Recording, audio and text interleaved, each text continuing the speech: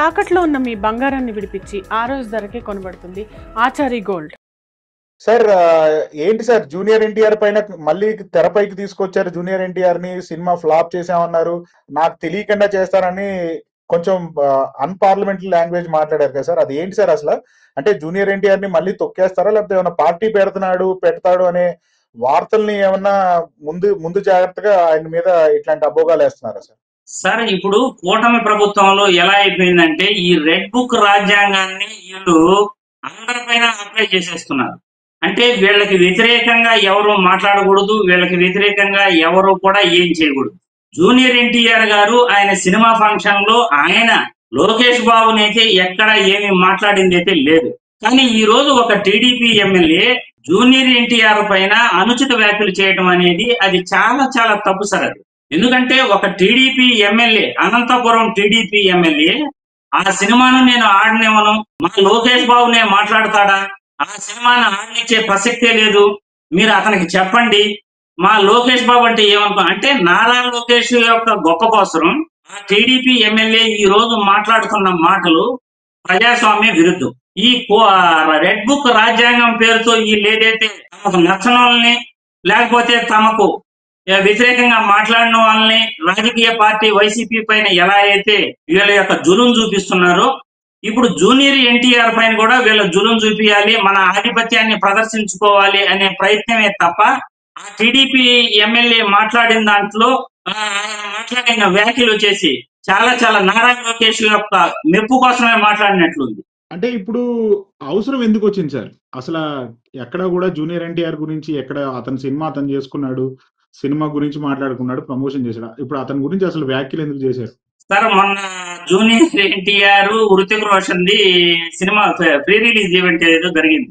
ఈ free release event లో వచ్చేసి జూనియర్ ఎన్టీఆర్ గారు తన ఫస్ట్ సినిమా ఎలా స్టార్ట్ చేశాడు, తనకు వాళ్ళ నాన్న తప్ప ఇంకెవరో కూడా ఫస్ట్ సినిమా వాళ్ళ నాన్న అన్న తప్ప ఇంకెవరూ లేరు, రామోజీరావు యొక్క ఫిల్మ్ ఇన్స్టిట్యూట్ తరఫున ఆయన ఫస్ట్ సినిమా చేయటం జరిగింది, రామోజీరావు వాళ్ళ ఫిల్మ్ ఇన్స్టిట్యూట్ తరఫున చేయటం జరిగింది.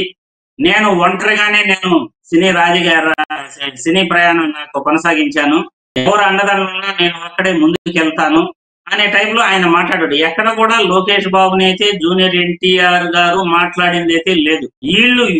వీళ్ళు నారా లోకేష్ యొక్క మెప్పు కోసరం టీడీపీ ఎమ్మెల్యే ఆ అనంతపురంలో నేను సినిమాని ఆడనివ్వను, నేను టీడీపీ ఎమ్మెల్యే ఇక్కడ మా లోకేష్ బాబునే మాట్లాడతాడా అంటూ బండబూతులు తిట్టడం మొదలుపెట్టాడు. ప్రజాస్వామ్యంలో ఇంత అహంకారం ఎక్కడి నుండి వస్తుందో మాకైతే అసలు అర్థం కావట్లేదు. ప్రజాస్వామ్యంలో ప్రతి ఒక్కరికి కూడా కొన్ని హక్కులు ఉంటాయి, వాళ్ళ హక్కుల్ని ప్రభుత్వం కాపాడాల్సిన అవసరం ఉంటుంది. ఏ పార్టీ అధికారంలోకి వచ్చినా ప్రజలకి రక్షణ కల్పించడం, వాళ్ళ హక్కులను కాపాడటం, మంచి పరిపాలన అందించడం. కానీ ఈ రోజు కూటమి ప్రభుత్వం పరిపాలన ఎలా ఉందంటే ప్రజల హక్కుల గురించి గాని, ప్రజల రక్షణ గురించి గాని, లేకపోతే ప్రజల మంచి చెట్ల గురించి గాని, విద్యార్థుల గురించి గాని, వైద్య రంగం గురించి గాని, లేకపోతే శాంతి భద్రతల గురించి గాని వీటేటి గురించి ఆలోచించట్లేదు. జగన్మోహన్ రెడ్డిని ఎలా తొక్కియాలి, జగన్మోహన్ రెడ్డిని ఎలా నాశనం చేయాలి, జగన్మోహన్ రెడ్డిని ఎలా జైల్లో వేయాలి, ఆ ప్రయత్నంలో ఈ రోజు జూనియర్ ఎన్టీఆర్ ఆయన వ్యాఖ్యలను ఆయన ఏదైతే సినిమా ఫంక్షన్ లో నేను ఒంటరిని, నాకు ఎవరు అండదండలు ఉన్నా లేకపోయినా నేను ఒంటరిగానే పయనిస్తాను, నాకు మీ అభిమానుల సపోర్ట్ ఉంటే చాలు అని అన్నాడు. ఎక్కడ ఎవరిని ఆయన కించపరిచింది లేదు, ఎవరిపైన ఆయన మాట్లాడింది లేదు. అయినప్పటికీ వాళ్ళకు వాళ్ళు అన్వయించుకుంటూ నారా లోకేష్ ఏదో తిట్టాడని, లేకపోతే టీడీపీ పార్టీని ఏదో ఆయన తక్కువ చేసి మాట్లాడాడని అని వీళ్ళు అన్వయించుకుంటున్నారు తప్పనించి జూనియర్ ఎన్టీఆర్ అయితే తప్పు చేయలేదు, జూనియర్ ఎన్టీఆర్ నారా లోకేష్ బాబు గురించి మాట్లాడలేదు. కానీ ఈ TDP MLA, Anantapur TDP MLA పైన ఆల్రెడీ ఆయన పైన అవినీతి ఆరోపణలు ఉన్నాయి. సొంత టీడీపీ నేతలే ఈ రోజు ఆ అనంతపురం టీడీపీ ఎమ్మెల్యే ఎక్కువ అవినీతిమయంలో ఉన్నాడు, ఎక్కువ అవినీతిగా డబ్బులు సంపాదిస్తున్నాడు, ఏ లెక్కలు ఎక్కువ మూటగట్టాడు అని ఎక్కువగా టీడీపీ నేతలే ఆయన పైన మాట్లాడుకుంటున్నారు. ఈ తరుణంలో ఆయన జూనియర్ ఎన్టీఆర్ పై ఈ విధంగా మాట్లాడటం, బండబూతులు తిట్టడం, అది కూడా ఆయన మాటలు కూడా నేను విన్నాను, ఆడియో కూడా నా దగ్గర ఆడియో కూడా ఉంది.